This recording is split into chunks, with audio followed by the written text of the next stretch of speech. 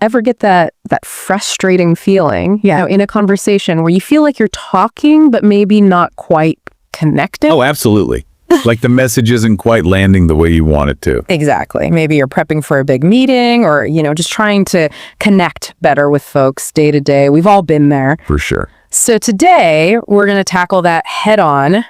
We've been digging into some really interesting stuff from Beyond the Mic, Jerry, and Jerry mostly, Tom pops into. Right. And they suggest there's this potential for a massive upgrade in how we communicate. Like they actually threw out a number, a 95% upgrade. Yeah, that 95%. It definitely grabs your attention, doesn't it? It suggests there's a lot more under our control than maybe we think. Mm-hmm. And the material they cover is full of these practical, really actionable techniques.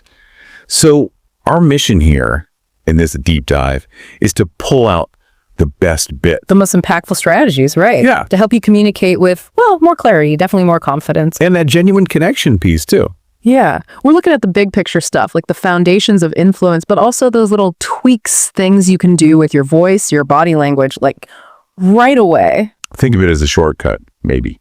A way to get those insights to become a more effective communicator without getting totally bogged down. Exactly. And what's really striking right from the start is that it's not all about what you say. Not at all. The sources point to this, surprising breakdown of what actually influences people. Okay, let's get into that. The hierarchy. Jerry calls them the 3 pillars of influence. That's it. Verbal, vocal, and visual. Right. And the verbal, the actual words, you'd think that's the main event. Yeah. You would. But according to this model, it's only like 7%, just 7% of your total impact. Wow. Okay, so what about the other 2? This is where it gets really interesting. The vocal, how you sound, your tone, pace, volume, that accounts for 38%.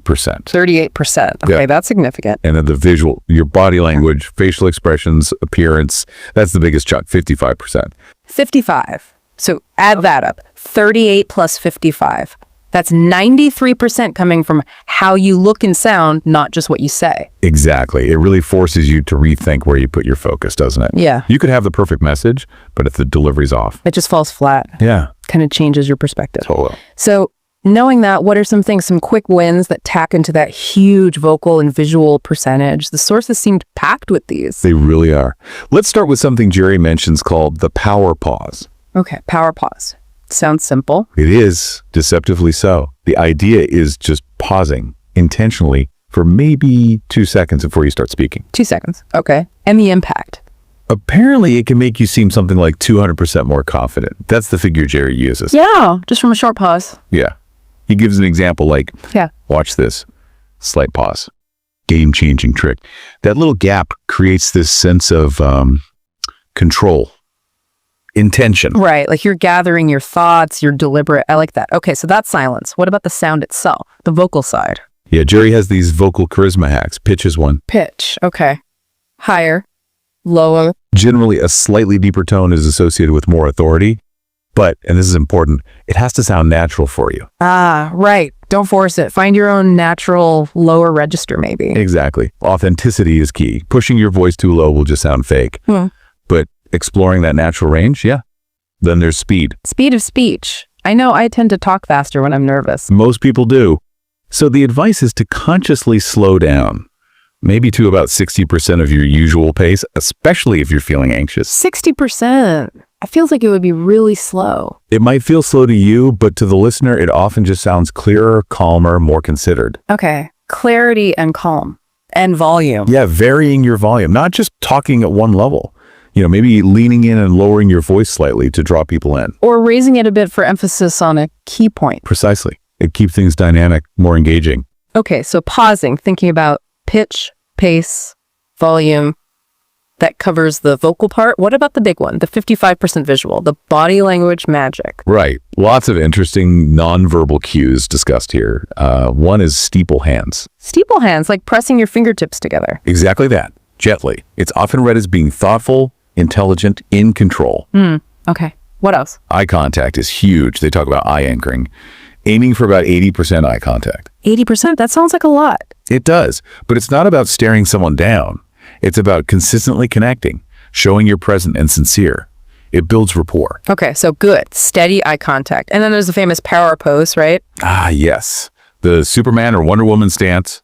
The idea is to hold a confident, open posture, shoulders back, chin up for maybe 2 minutes before an event. Like before a presentation or a difficult conversation. Exactly. And the sources suggest this isn't just psychological. It can actually create physiological changes that boost feelings of confidence and reduce stress.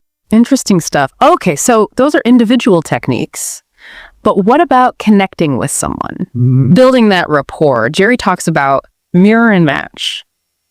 Yeah, this is about subtly aligning yourself with the other person. It's not about, consciously copying their every move. That would be awkward. Very. It's more about unconsciously tuning into their energy level. Yeah. Maybe matching their posture slightly or their pace of speech. So if they're speaking quite slowly and calmly, you might slow down a bit too. Exactly. Or if they're high energy, you might bring your energy up a notch. It creates this feeling of being on the same wavelength. Like you click, as Jerry puts it. Says the analogy, yeah.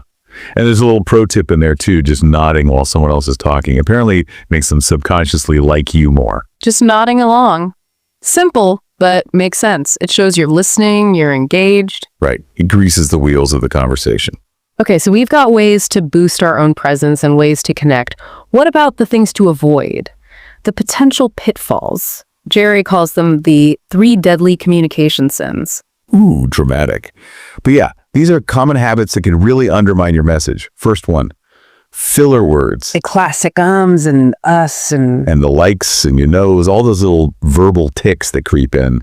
They can make you sound hesitant or unprepared. So what's the fix? Replace them with silence. Just pause instead. It sounds more confident. Easier said than done sometimes, but okay. Silence instead of fillers.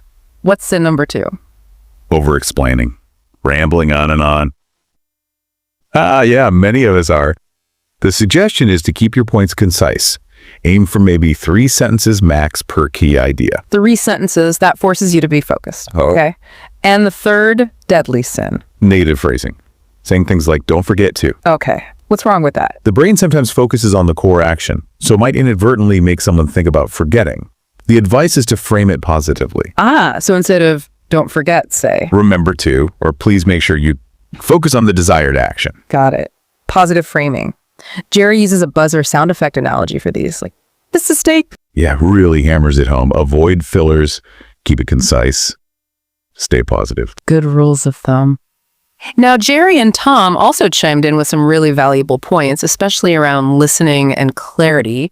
Absolutely critical pieces. Active listening is, fundamental. And that means more than just not talking, right? Oh, much more. It's being fully present, paying attention, nodding, making that eye contact we talked about, asking good follow-up questions to show you're tracking. Tom had a specific tip for staying focused, didn't he? Yeah, he suggested mentally paraphrasing what the other person is saying as they speak. So like internally summarizing, okay, sounds like they're stressed about the deadline. Exactly. He keeps your mind engaged with their message.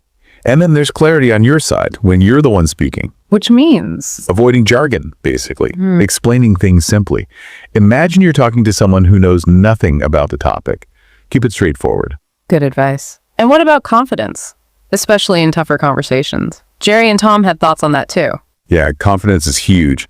And the key takeaway seems to be practice. Practice, practice, practice. Really builds that muscle. Things like deliberately speaking slowly, using those pauses we mentioned, even recording yourself. Recording yourself, like on your phone?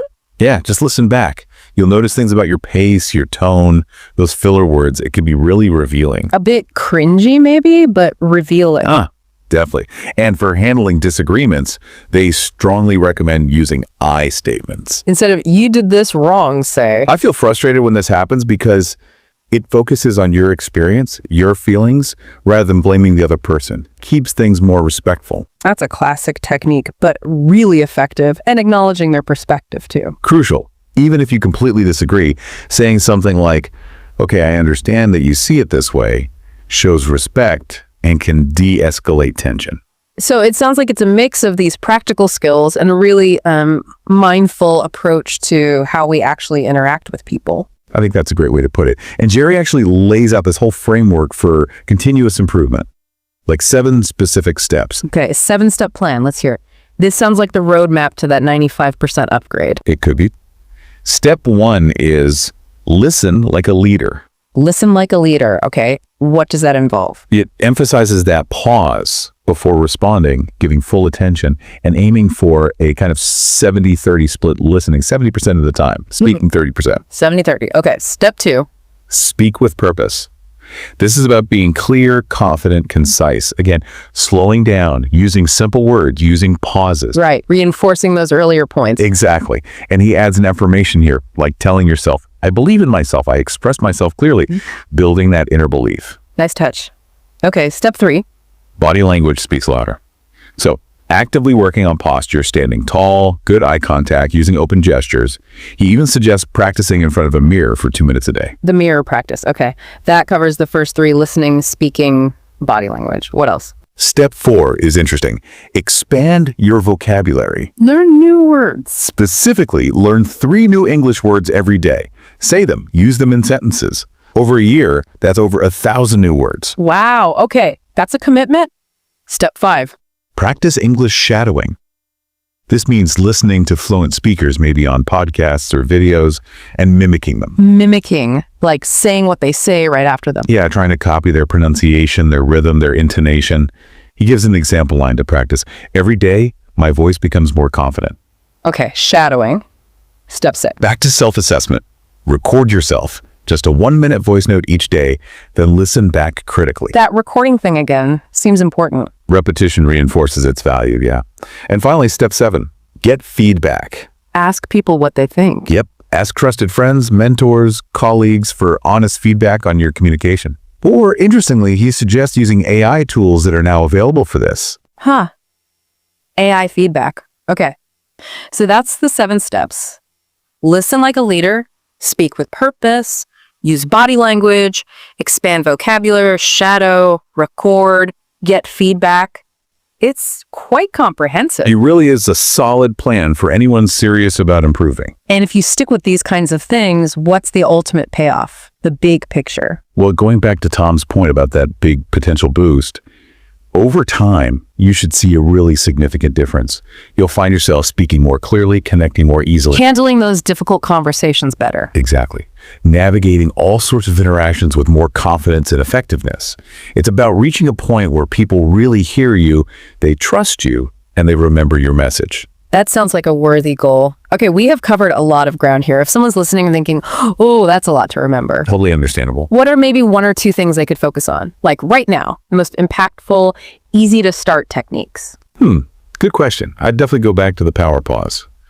It's so simple, just that 2-second beat before speaking, but the perceived impact on confidence is huge. Try it once. Okay, the power pause. What else?